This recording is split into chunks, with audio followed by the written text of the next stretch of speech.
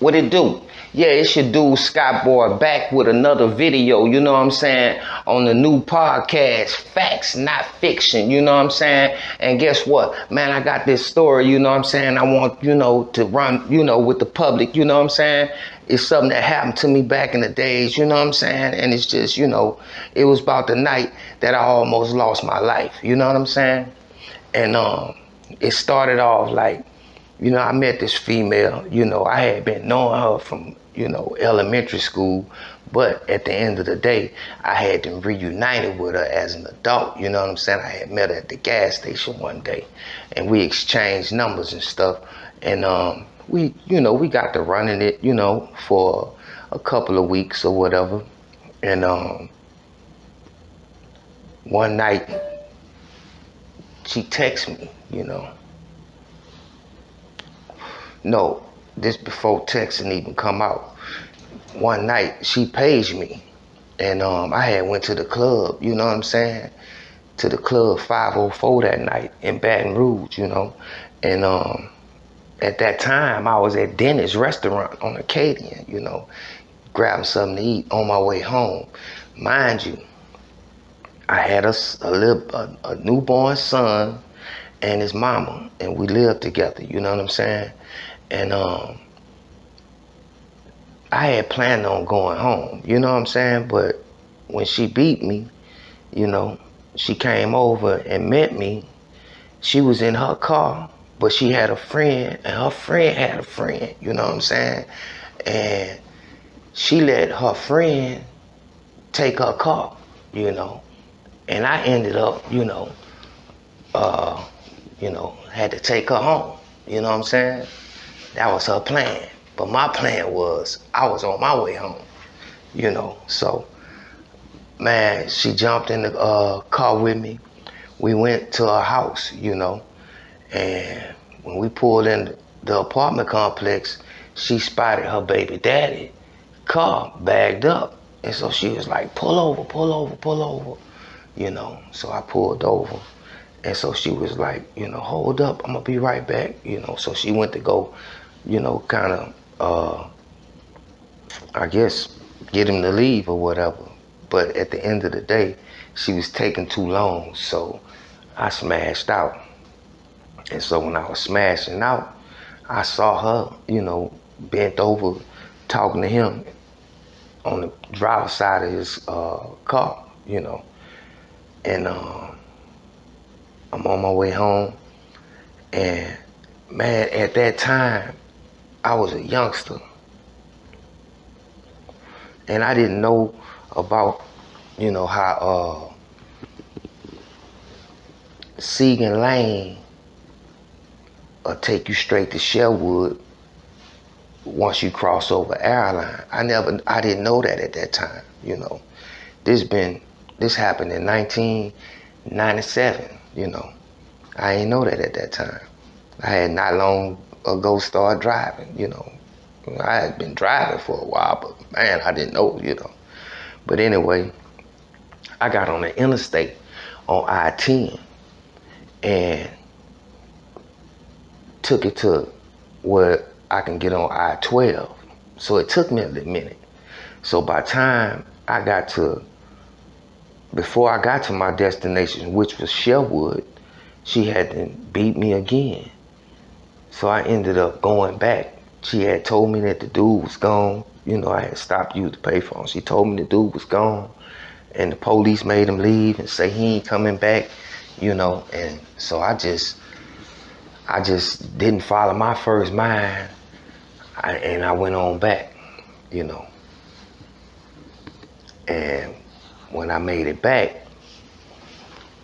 she was standing up, waiting on me. I went inside. We watching a little TV, and she ended up giving me a card, a greeting card. And it was just, I ain't read it that night, I was just that young and immature, I didn't even read it. I just was kind of shy, just kind of pushed it to the side or whatever, I was gonna read it later. So she cut the TV off in the front, and we went to the back. you know. And all the lights was off in that apartment, all of them. And when we get in the back, you know, I stripped down all my clothes. And by the time I got in the bed, and before we could even do anything, I heard a boom, you know, but I thought it was something upstairs. Mind you, this is my first time ever being over here. And she jumped up screaming. So I jumped up running, you know, the way I came in. And as I'm running out the door, as I'm running down the hallway toward the door, I'm running toward a figure, you know. And before he could know, I could know, I done trucked him, you know what I'm saying? And I hear, pow! You know, the gun went off. So I keep on running. I'm buck naked. I'm running out the house. It's November. I'm running out the apartment. You know what I'm saying? And then I fall, you know. And I jump up and just keep on running. And as I'm running, I see people, you know, walking, getting out their cars on their way back into the apartment, you know, like they just come from out or something. It's late at night, it's about 4 in the morning. So I run into where the dumpster be at inside the wooden gate. I run in that, you know what I'm saying? I'm hiding in that. So a little while, I see dude on the passenger side riding up the overpass, because I'm right there by the edge of the road in the dumpster cage. So I'm paranoid now, so I run back out. I'm trying to study knocking on people's apartment doors, trying to get in. People ain't answering the door. People ain't letting me in. So I finally get to this one lady. I got her doormat wrapped around my waist because I'm naked outside, you know. And she opened the door, had the chain on it. And she was like, baby, tell me what you said one more time, you know. And I said what I could say because I barely could talk. So she let me in and let me put her little son, you know, a little bitty boy. I know the people to this day. Little boy, a grown man now, but at that time he was a little kid. And, you know, she gave me his little, you know, stuff to put on. I put it on and told her where I was at. And she ended up going around to the apartment. So back in the days, you know, people only had house phones. There wasn't no cell phones. So I studied calling her cell phone. At first it was just going straight to voicemail. I studied calling the house phone. At first it was going straight to the voicemail. And so by the time the lady who let me in her house, by the time she got around there, she answered the phone. The phone rang, she answered it. And I hear her she using the neighbor telephone, talking on the phone with 911. And I hear her telling 911 that she's not breathing and this, that, and the other, and you know. So she hung up in my face. So mind you, I'm naked, my clothes around there, my keys around there, my money in my pocket. You know, I had to get back around there. So I ended up going back around there, getting my clothes and stuff.